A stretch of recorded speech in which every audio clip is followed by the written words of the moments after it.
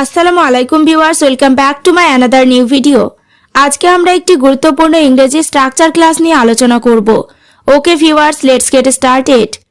কেউ কখনো আমাকে কষ্ট দেয়নি, কেউ কখনো এরকম ভাবেনি, কেউ কখনো তাকে বোঝায়নি, কেউ কখনো আমাকে জানায়নি।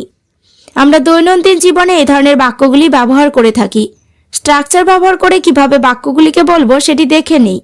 স্ট্রাকচারটি হলো no one has ever plus V3 plus object. কেউ কখনো অর্থে স্ট্রাকচারটি ব্যবহার করব।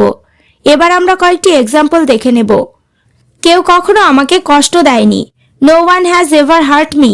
এখানে নো ওয়ান মানে কেউ না, এভার মানে কখনো, হার্ট মানে কষ্ট দেওয়া, ভার্বের V3 রূপ, মি মানে আমাকে, অবজেক্ট।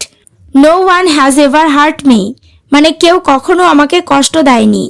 নেক্সট, কেউ কখনো এরকম ভাবেনি, no one has ever thought like this.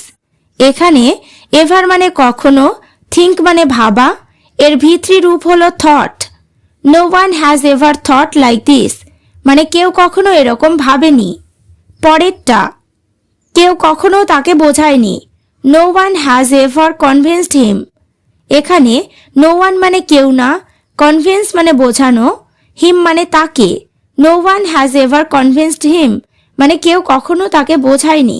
Next, কেউ কখনো আমাকে জানায়নি, no one has ever informed me. এখানে এভার মানে কখনো, ইনফর্ম মানে জানানো, মি মানে আমাকে। No one has ever informed me মানে কেউ কখনো আমাকে জানায়নি। এবার তোমরা স্ট্রাকচার ক্লাসটি ভালোভাবে বুঝতে পেরেছ। তাহলে কেউ কখনো তাকে চায়নি, কেউ কখনো কথা বলেনি। বাক্যগুলি ইংরেজিতে কি হবে কমেন্ট করে জানিও। ওকে ভিউয়ার্স, আজ এই পর্যন্ত। চ্যানেলটিতে নতুন হলে চ্যানেলটি সাবস্ক্রাইব করো, লাইক শেয়ার কমেন্ট করতে ভুলো না।